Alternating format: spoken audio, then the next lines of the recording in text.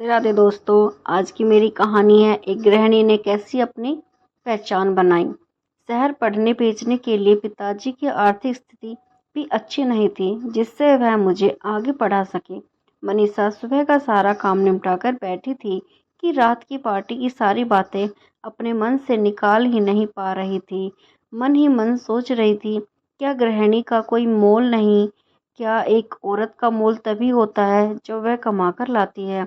गृहिणी भी तो सारा दिन काम करती है, घर के सदस्यों का ध्यान रखती है, इतनी सारी जिम्मेवारियां बिना किसी छुट्टी के निभाती है। सुबह का नाश्ता, घर के हर सदस्य की देखभाल, कपड़े, खाना बनाना और भी पता नहीं क्या क्या करती है।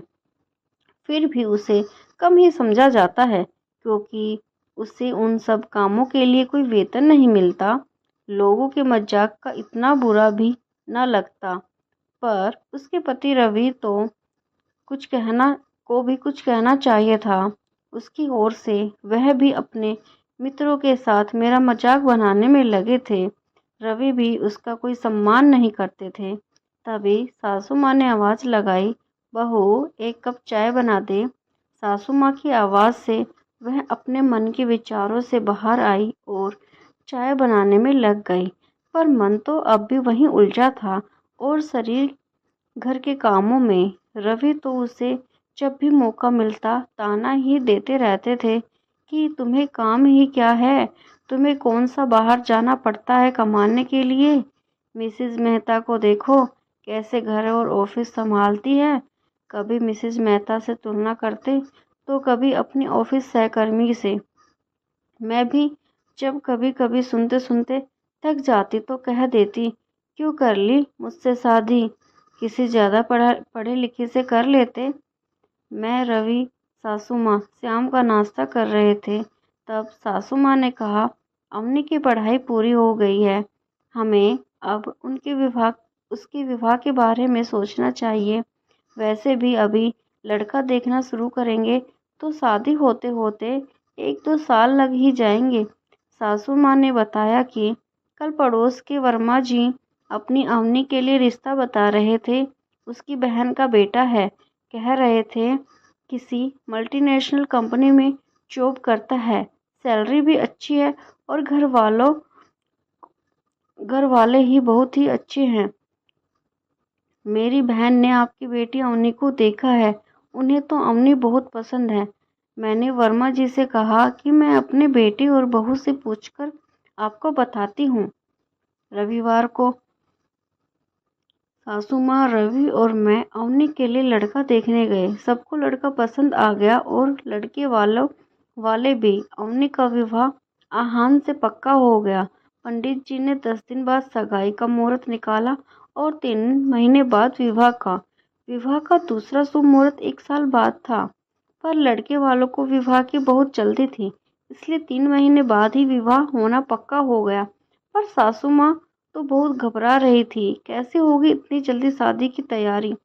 शादी है कोई खेल नहीं। आहान के घर वालों ने कहा, किसी इवेंट मैनेजर को हायर कर लो। हमारी भी तो सारी तैयारी इवेंट मैनेजर ही करेगा। पर रवि की इतनी सैलरी नहीं थी किसी इवेंट मैनेजर को हायर करे।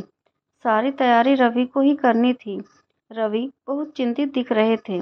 रवि को चिंतित देखकर मैंने रवि और सासू माँ से कहा, मुझे तो यह सब तैयारी करना अच्छा लगता है, मैं ही सारी तैयारी कर लूँगी, सब हो जाएगा। इतनी जल्दी सारी तैयारी नहीं हो पाएगी, और वह भी तुम। पर मैंने भी सोच लिया, अब तो मैं ही करके दिखाऊंगी, वह भी एकदम परफेक्ट। मैंने सगाई की तैयारी शुरू कर दी।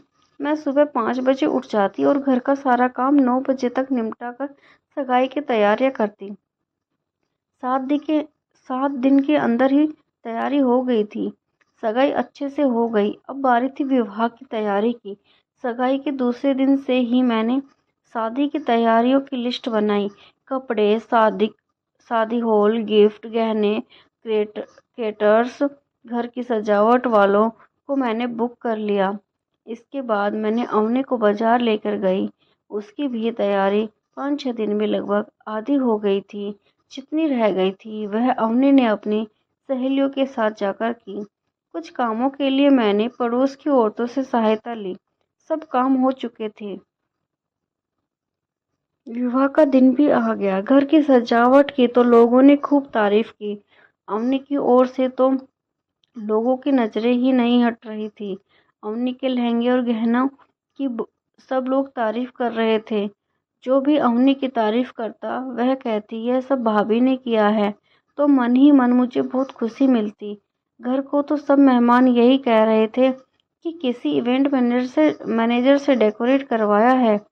शाम 7 बजे तक बारात आ चुकी थी। मैं नर्वस भी हो रही थी कि कहीं लड़के वालों के लिए कोई कमी न रह जाए, पर विवाह भी अच्छे से संपन्न हो गया। मैं आज बहुत खुश थी। मुझे खुद पर गर्व हो रहा था।